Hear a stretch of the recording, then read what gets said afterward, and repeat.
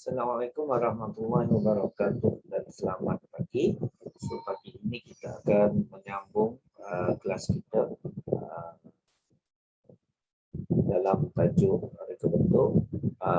Minggu lepas kita bercuti pada hari Selasa menyambut Ma'al Hijrah. So, ucapkan salam Ma'al Hijrah pada semua. Semoga tahun baru kita ini kita akan lebih bermotivasi, lebih bersemangat dan mempunyai azam yang sangat baik untuk menjadi pelajar yang cemerlang insya-Allah di dunia dan di akhirat. Okey, kita sambung kepada kelas kita iaitu reka bentuk ya. Okey, kita tengok teks kita. Okey, mereka bentuk. Sebelum itu kita tengok sebelum ni sepatutnya you all dah menyiapkan tugasan untuk mewarna lukisan. Sepatutnya lah beberapa orang saja yang hantar, yang lain belum hantar pada cikgu. So sila hantarlah. Sebab latihan mewarna ni cikgu tak akan buat sebab minggu start daripada hari Selasa ini kita dah masuk satu topik baru. Topik terus mereka bentuk dah di atas pelan kertas entry kita. Jadi ini salah satu contoh warna, kaedah warna yang insya-Allah you akan buat pada lukisan akan datang nanti. Okey, ada yang dah buat. Terima kasih cikgu ucapkan. Ramai yang dah buat, ramai yang belajar, yang melihat, menonton YouTube cikgu dan membuat proses mewarna tu. Cikgu ucap terima kasih banyak-banyak. Okey. Tak apa, tinggalkan yang ni. Terima kasih daripada yang buat. Kita tinggalkan. Lebih kurang you all buat ni sama je. Pakai color pen simple. Okey. So kita tengok tajuk kita hari ini, kita nak tengok konsep reka bentuk di dalam yang perlu you all tahu dalam pelan landscape. Okey. Konsep reka bentuk. Okey, mereka bentuk. Kalau kita tengok apa maksud mereka bentuk, insya-Allah setelah selesai saja you all menonton, sila jawab soalan dalam Sokratif okey, untuk penonton TV. Okey, proses reka bentuk adalah kaedah seni dalam mengubah menyusun atau elemen landscape lembut dan kejut berasaskan prinsip reka bentuk. Kaedah dan seni dalam mengubah dan menyusun atur elemen landscape lembut dan landscape kejut di dalam prinsip reka bentuk. Okey, apa dia landscape kejut? Landscape kejut ni kita dah belajar benda-benda keras, benda-benda buatan manusia yang keras itu dinamakan kejut.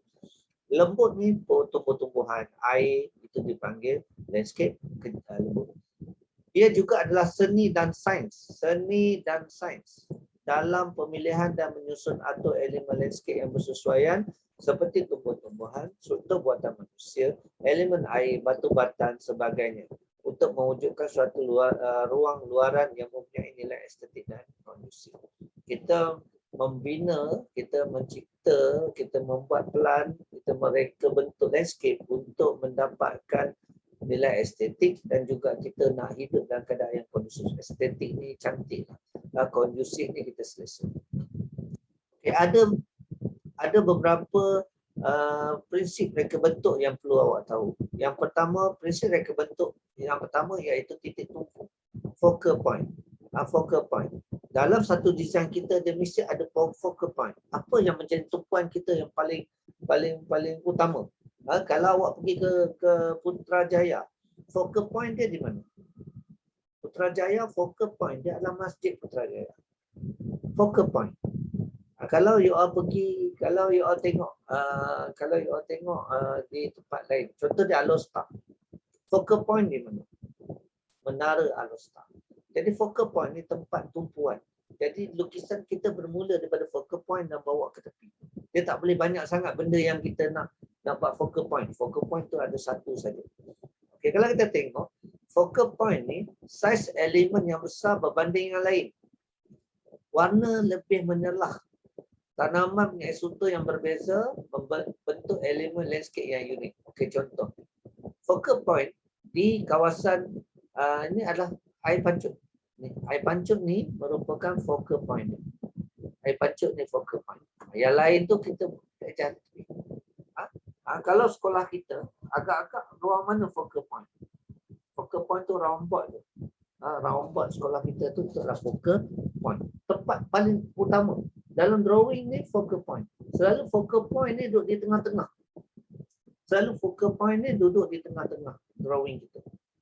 Dia daripada situ selalunya kolam ke, pokok yang besar ke, arca ke, itulah focal point. Dan dia bawa ke tepi.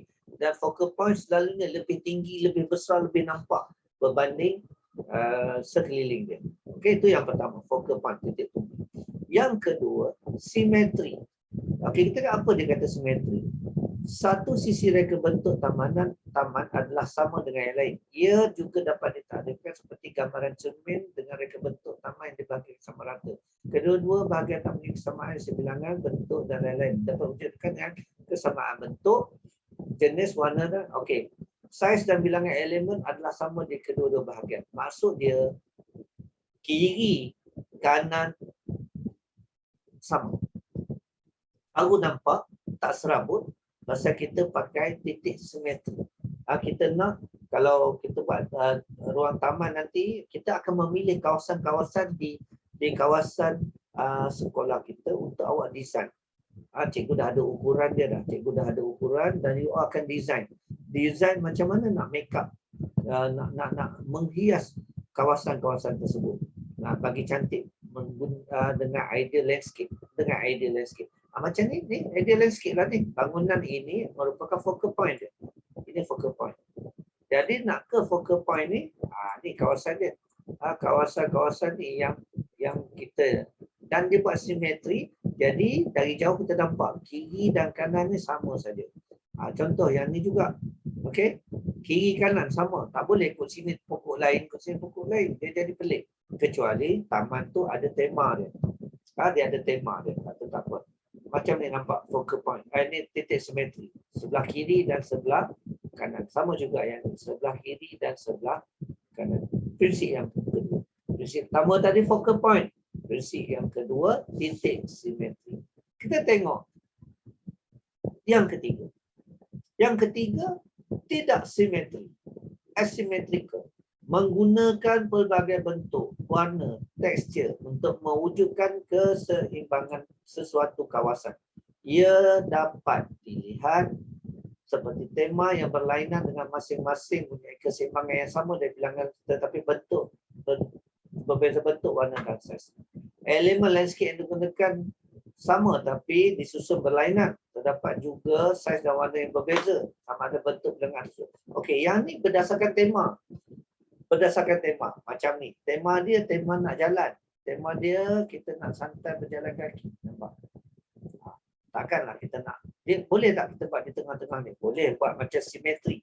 Boleh juga buat macam simetri. Boleh. Kita buat tengah ni dia boleh. Tetapi kita juga boleh buat pilihan untuk ubah supaya ia nampak lebih cantik, lebih menarik. Buat simetri pun boleh. Tapi tak buat simetri lagi cantik. So kita tidaklah dia namakan sebagai tidak simetri. Macam ni. Takkan nak buat simetri. Kita susah nak simetri dari tengah ni kan. So yang ni dinding rumah. Takkan nak tanam pokok besar kat sini. Nampak tak sesuai. Jadi kita pakai kaedah tidak simetri. Itu prinsip reka bentuk yang you all kena tahu. Yang pertama focal point, yang kedua simetri, yang ketiga tidak simetri. Yang keempat, repetition, ulangan. Pengulangan adalah penggunaan yang elemen yang sama atau serupa seperti bentuk, warna, saiz. Pengulangan elemen landscape mewujudkan satu entiti terhadap reka bentuk. Dapat wujudkan bentuk elemen diulang, warna yang sama serupa, saiz yang sama, barisan tanaman yang berulang. Okey, yang ni seperti juga ni design village. Dia berulang. Pokok ni berulang, pokok ni. Sama juga.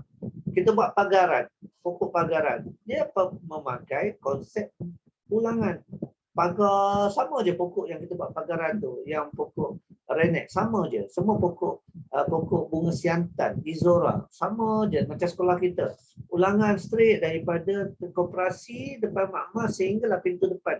Ada izora yang kita buat ulangan, tanam banyak-banyak untuk jadikan dia tak campur-campur. Macam juga ini juga landscape ni. Ini kita panggil landscape kecoh. Tersusun banyak-banyak nampak cantik ya. Susun banyak-banyak nampak cantik lah. Ini landscape kecoh. Okey. Yang keempat, ya, ulangan. Yang kelima, kesatuan, unity. Keselarasan, keseragaman, konsistensi elemen landscape yang digunakan dapat mewujudkan perpaduan yang hubung kait antara satu sama lain dalam mencipta keseluruhan dan harmoni satu komposisi. Menggunakan terlalu banyak elemen secara individu akan memberi kesan terberserabut atau tidak harmoni. Ia capai melalui, kalau kita buat design, serabut sangat pun tak cantik. Sebab itulah lahirnya arkitek landscape. Kita nak susun, nak bagi elok, nak bagi cantik. Nampak. Kalau kita tengok lukisan ini ya, kita kaji lukisan ini. Kita kaji lukisan ini. Mana focal point? Pasal lukisan ni mana focal point? Focal point dia ni. Ini focal point. Okey. Focal point dia yang tinggi. Dia punya utama dia yang ni. Yang lain ni, tapi dia guna keseragaman. Dia guna macam-macam. Dia guna apa yang kita belajar ni, dia kata kesatuan, unity. Kita gabung-gabungkan, kita susun, ikut warna. Tapi dia ada unity. Purple sana, purple sini. Dia simetri. Yang ni dia tak pakai simetri. Yang ni dia pakai tidak simetri. Tidak simetri, sebab tu bila tidak simetri ni dia jalan dia boleh apa? Boleh sengit. Dia tidak simetri. Tapi dia guna pelbagai tekstil, bentuk dan warna. Okey, ini yang pertama. Kalau yang ni kita tengok.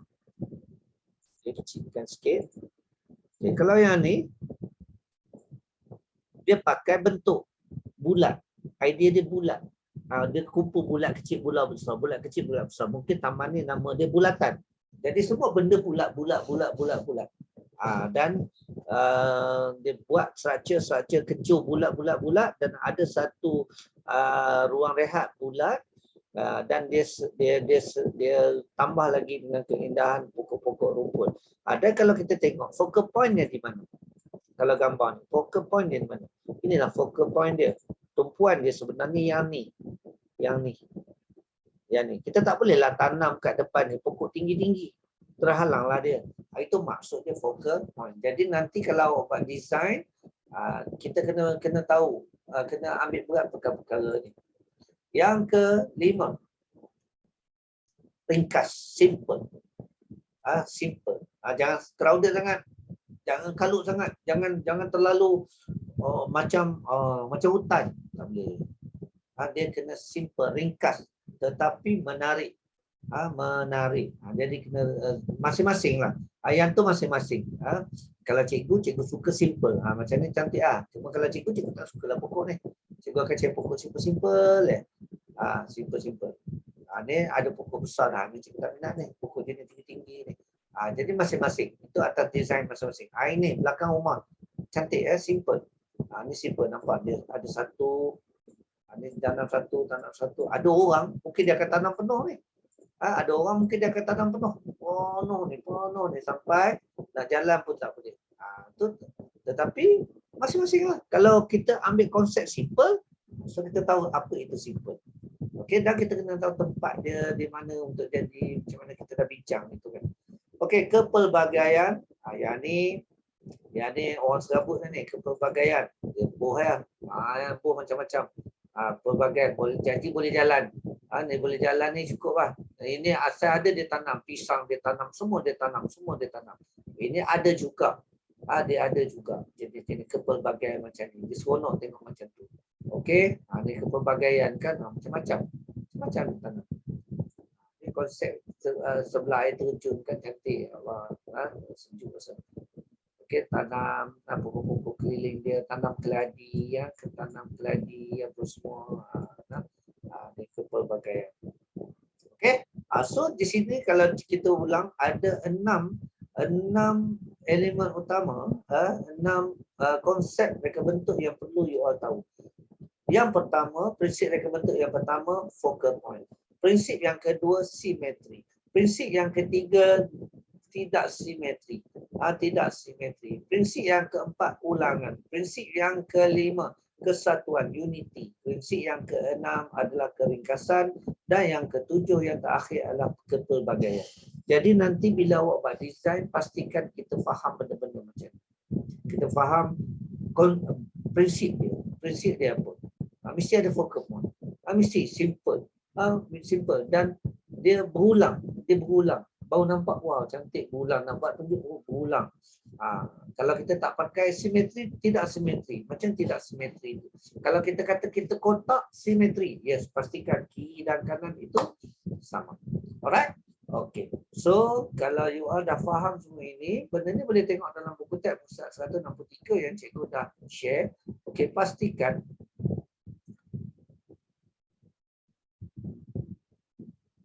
okay.